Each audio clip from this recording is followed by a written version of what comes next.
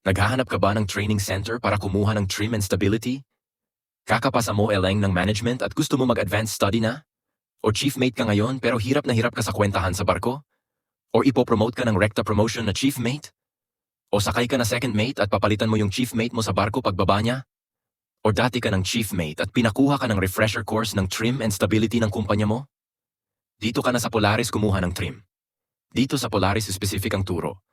Kung bulk ay bulk lang, kung container ay container lang, at kung tanker ay tanker lang para hindi ka malito pagdating sa barko.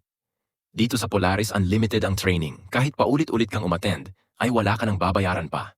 Libre na rin ang loading program na walang expiry at galing mismo sa barko ang mga program. Tulad ng Angko, Low Days, Camel, Low Indicator, Ship Manager 88 at Multi-Load.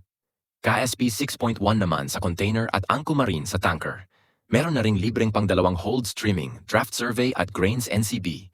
Manual plus loading program ang turo kaya gamit na gamit sa barko ang mabilisang kwentahan.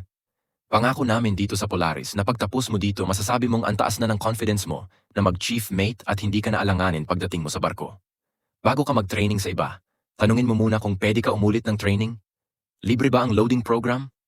Pwede bang magtanong-tanong during training?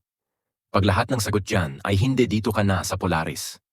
Pag sa iba ka baka ma-feel mo nagsayang ka alang ng pera, pagod at oras.